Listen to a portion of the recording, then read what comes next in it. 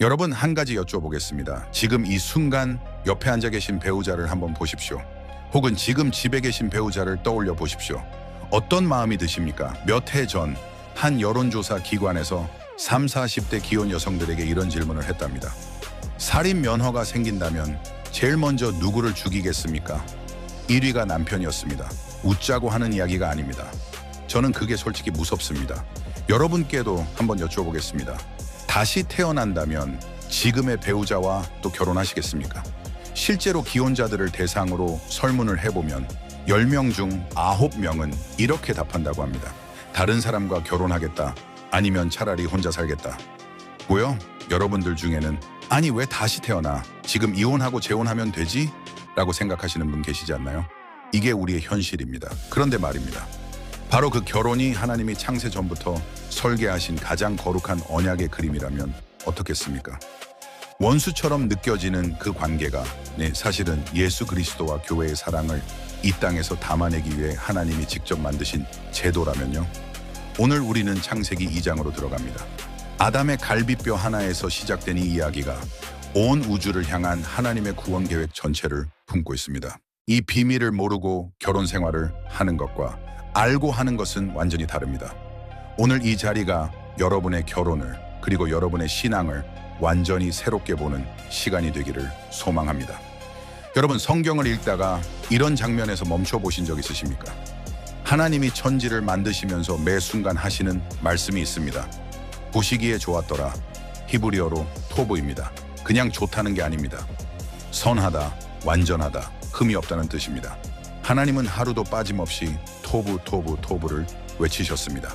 그런데 창세기 2장 18절에서 갑자기 분위기가 바뀝니다. 남자가 혼자 있는 것이 좋지 않으니.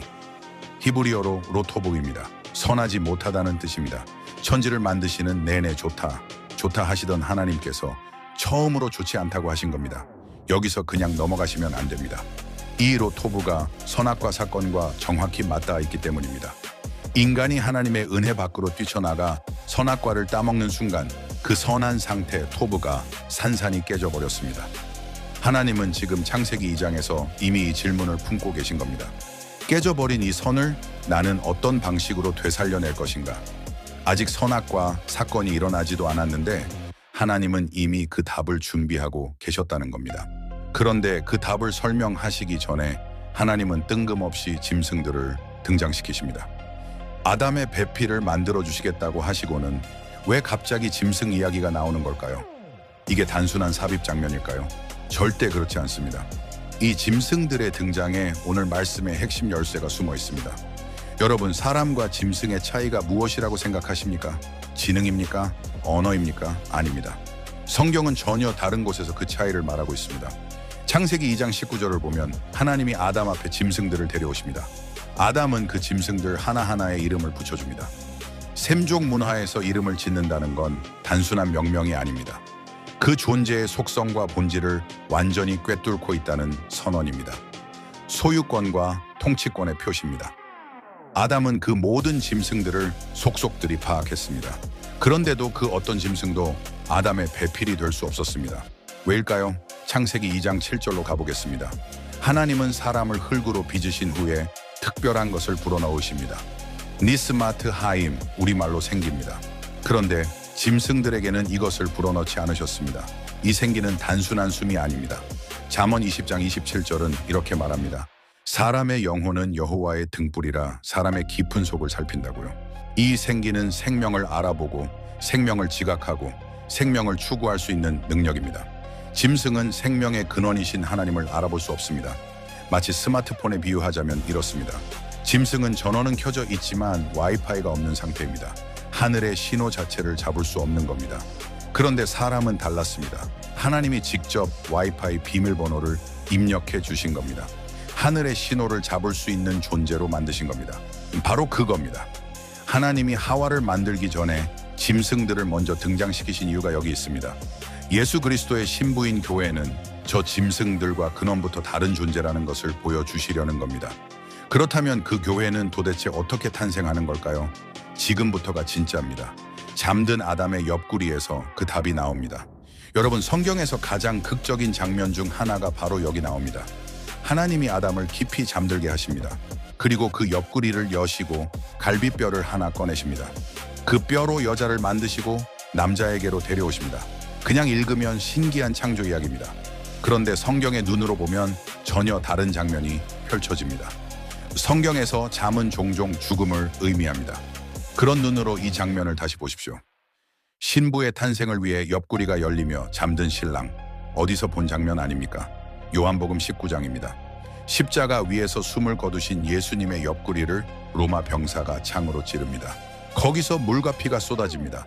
교회가 태어나는 순간입니다. 아담이 잠들어 옆구리가 열리고 신부가 탄생한 것처럼 예수님이 죽으시고 옆구리가 열리며 교회가 탄생한 겁니다. 창세기 2장이 이미 십자가를 말하고 있었다는 겁니다. 마치 영화 예고편처럼 하나님은 아무것도 우연히 기록하지 않으셨습니다. 그뿐만이 아닙니다. 하나님은 아담과 하와의 결혼을 이렇게 선언하십니다. 남자가 부모를 떠나 아내와 연합하라고요. 그런데 아담에게는 부모가 없었습니다. 이 말씀은 처음부터 아담에게 해당하는 말씀이 아니었던 겁니다. 하나님 아버지의 품을 떠나 이 땅에 내려오셔서 신부인 교회와 연합하실 예수 그리스도를 향한 말씀이었습니다. 자, 그렇다면 이 신부는 도대체 어떤 재료로 만들어진 존재입니까? 왜 굳이 흙도 아니고 하필 아담의 갈비뼈여야만 했을까요? 거기에 구원의 본질이 통째로 담겨 있습니다. 여러분, 한 가지 질문을 드리겠습니다. 하나님은 왜 굳이 아담의 갈비뼈로 하와를 만드셨을까요? 흙도 있고 다른 재료도 얼마든지 있었습니다. 그런데 왜 사람의 내장을 열고 뼈를 꺼내는 수고를 하셨을까요? 이것은 단순한 창조 방식의 문제가 아닙니다. 교회가 반드시 예수 그리스도 안에서만 나와야 한다는 것을 보여주시기 위함입니다. 다른 길은 없다는 겁니다. 아담이 눈을 뜨고 하와를 처음 봤을 때를 상상해 보십시오. 그 입에서 터져 나온 말이 있습니다. 이는 내 뼈 중에 뼈요, 살 중에 살이라. 이게 단순한 감탄사가 아닙니다. 교회는 세상과 다른 성분으로 만들어진 존재라는 선언입니다. 예수 그리스도의 살과 뼈로 이루어진 존재라는 겁니다. 2장에서 등장했던 짐승들을 기억하십니까? 짐승들은 흙으로만 만들어진 존재들입니다. 생기가 없으니 생명을 알아보지 못하고 오로지 땅의 것에만 눈이 가 있습니다. 그런데 교회는 그 짐승들과 근원이 다릅니다. 예수 그리스도 안에서 나온 전혀 다른 성분의 존재입니다. 요즘 말로 하면 이렇습니다. 짐승은 안드로이드 운영체제입니다.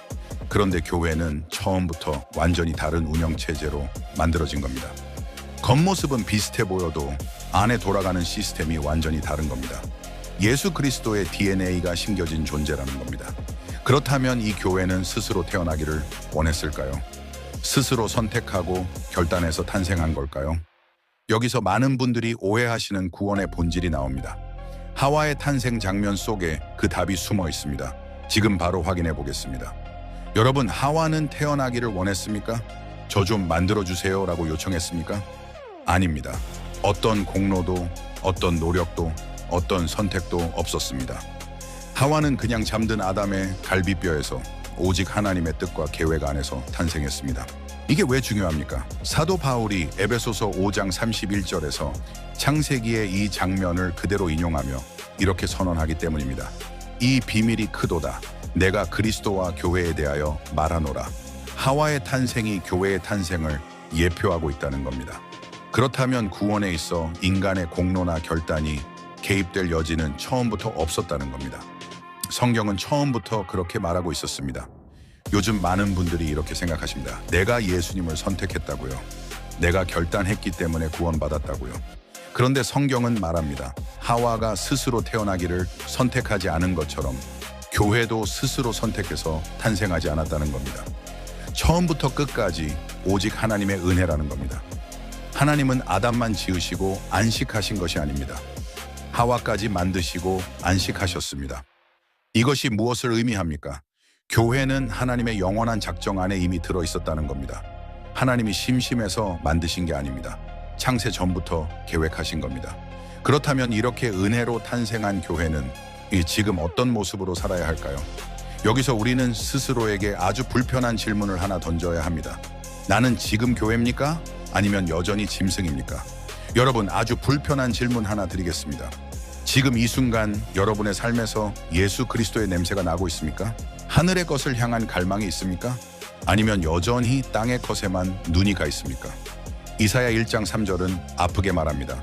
소는 그 임자를 알고 나귀는 주인의 구유를 알건만은 이스라엘은 알지 못하고 나의 백성은 깨닫지 못하는도다. 생기를 잃어버린 인간은 소나 나귀만도 못하게 된 겁니다. 하나님을 알아보지 못하는 겁니다. 누가복음 17장을 보면 노아 시대와 롯의 시대에 멸망받은 사람들이 한 일이 나옵니다. 먹고 마시고 시집가고 장가가는 것, 사고 팔고 집 짓고 나무 심는 것입니다. 나쁜 일이 아닙니다. 지극히 평범한 일상입니다. 그런데 그들이 멸망받은 이유는 딱 하나입니다. 생명이 없었기 때문입니다. 요즘으로 치면 이렇습니다. 매일 아침 주식 앱은 켜면서 성경은 먼지가 쌓여 있는 겁니다. 유튜브 알고리즘은 훤히 꿰고 있으면서 하나님의 말씀은 낯선 겁니다. 더 좋은 차, 더 넓은 집, 더 높은 연봉, 그것이 삶의 전부인 겁니다. 그게 바로 짐승의 삶입니다. 흙만 먹으며 사는 겁니다. 여러분, 차갑게 들리더라도 이것만은 붙잡아 주십시오. 예수 그리스도의 생명이 내 안에 들어왔다면 반드시 그 생명의 흔적이 삶에서 나와야 합니다. 하늘을 향한 갈망, 생명을 향한 분투, 그것이 없다면 우리는 성경의 언어로 여전히 짐승입니다. 그렇다면 이 생명의 삶이 가장 먼저 드러나야 할 곳이 어디입니까? 바로 여러분의 가정입니다. 여러분의 결혼 생활입니다. 그런데 여기서 많은 분들이 깜짝 놀라실 이야기가 나옵니다. 여러분, 하나님은 왜 천국에도 없는 결혼 제도를 이 땅에 주셨을까요? 예수님은 마태복음 22장에서 천국에는 장가도 시집도 없다고 하셨습니다. 그런데 왜 이 땅에서는 결혼을 하게 하셨을까요? 바로 이것 때문입니다. 예수 그리스도의 십자가를 가장 가까운 거리에서 가장 치열하게 훈련하는 장이 결혼이기 때문입니다. 도장이 따로 없습니다. 여러분의 가정이 도장입니다. 매일 아침 눈을 뜨면 훈련이 시작되는 겁니다. 남편의 역할이 무엇입니까? 신랑 예수께서 그러하셨듯 아내를 위해 목숨을 내어놓는 겁니다. 아내의 역할이 무엇입니까? 교회가 그리스도께 순종하듯 전적으로 신뢰하며 따르는 겁니다. 이 둘을 한 단어로 줄이면 똑같습니다. 십자가, 자기 부인입니다. 그런데 여기서 오해하시면 안 됩니다. 남편이 아내를 지배하고 아내가 남편에게 복종하는 관계가 아닙니다. 남편의 사랑을 한마디로 줄이면 십자가입니다. 아내의 순종을 한마디로 줄이면 역시 십자가입니다. 쌍방이 모두 자기를 죽이는 겁니다. 그러니까 배우자가 답답하고 모자라고 나를 힘들게 하는 것, 그게 실수가 아닙니다. 하나님의 정밀한 설계입니다. 생각해 보십시오. 처음부터 완벽한 배우자를 만났다면 거기서 무슨 인내가 나옵니까? 무슨 용서가 나옵니까? 나를 긁어대는 사람이 있어야 사랑이 훈련되는 겁니다. 물 한 바가지 떠다 주기도 귀찮은 자신의 모습을 볼 때 우리는 비로소 고백하게 됩니다. 예수 그리스도의 대속이 없었더라면 나는 어떡할 뻔했는가? 다른 집 부부가 부러우십니까? 절대 그러지 마십시오. 모든 가정은 문을 닫으면 다 똑같습니다. 다들 연극하고 있는 겁니다. 자신의 불행을 들키기 싫어서요. 실수가 없으신 하나님께서 여러분에게 가장 알맞은 배우자를 주신 겁니다. 그 관계 안에서 사랑과 인내와 용서와 온유를 훈련하라고요. 자, 그렇다면 이 모든 훈련의 끝은 어디입니까? 이 결혼 생활이 향하고 있는 최종 목적지가 있습니다. 창세기 2장에서 시작된 이 이야기가 마침내 완성되는 그 장면, 지금 바로 보여드리겠습니다. 여러분, 창세기 2장에서 시작된 이 이야기가 성경 어디서 완성되는지 아십니까? 요한계시록 21장 2절입니다. 거룩한 도시 새 예루살렘이 남편을 위하여 단장한 신부와 같이 차리고 하나님께로부터 하늘에서 내려오는 것을 보았습니다. 창세기 2장이 출발점이라면 계시록 21장이 완성점입니다. 그 사이의 모든 성경 이야기를 보십시오. 이삭의 아내 리브가, 룻과 보아스, 아비가일과 다윗, 이것들이 전부 우연히 기록된 결혼 이야기가 아닙니다. 모두 같은 이야기의 다른 챕터들입니다. 교회는 세상에서 선택받아 값으로 구속되었고 광야를 지나며 싸우고 유업을 받아 마침내 신랑이신 그리스도께 드려질 존재라는 겁니다. 여러분, 우리 교회는 우연히 생겨난 것이 아닙니다. 심심한 하나님이 만드신 것도 아닙니다. 영원 전부터 하나님의 작정 안에 이미 들어있었습니다. 에베소서 1장 23절은 말합니다. 교회는 그리스도의 충만이라고요. 교회 없이는 그리스도도 독처하시는 것이라고요. 예수님께서 교회를 얼마나 원하셨는지 아시겠습니까? 그렇다면 지금 여러분의 결혼 생활을 다시 보십시오. 원수처럼 느껴지는 그 배우자가 사실은 여러분을 그리스도의 신부로 완성시켜가는 하나님의 도구입니다. 답답하고 모자란 그 사람 곁에서 여러분은 지금 십자가를 훈련하고 있는 겁니다. 계시록 21장의 그 영광스러운 신부로 지어져 가고 있는 겁니다. 속에서 묵직한 것이 치솟아오를 때, 도저히 참을 수 없을 때 이것을 기억하십시오. 나를 탄생케 하기 위해 옆구리를 열고 죽으신 신랑이 있다는 것을요. 그 신랑이 나를 향해 지금도 말씀하고 계십니다. 조금만 더 견뎌라. 내가 너를 영광스러운 신부로 완성시킬 것이라고요. 여러분이 바로 그 영광스러운 신부입니다. 오늘 이 자리에서 이 사실을 붙잡고 돌아가십시오. 그리고 여러분의 결혼 안에서, 여러분의 일상 안에서 그 신부다운 삶이 오늘부터 시작되기를 간절히 소망합니다. 사랑하는 교회 여러분, 오늘도 영원에 잇대어 영원을 준비하는 에녹의 동행이 우리와 함께 하시길 소망합니다. 구독과 좋아요는 콘텐츠를 제작하는 데 큰 도움이 됩니다. 구독과 좋아요 부탁드립니다. 감사합니다.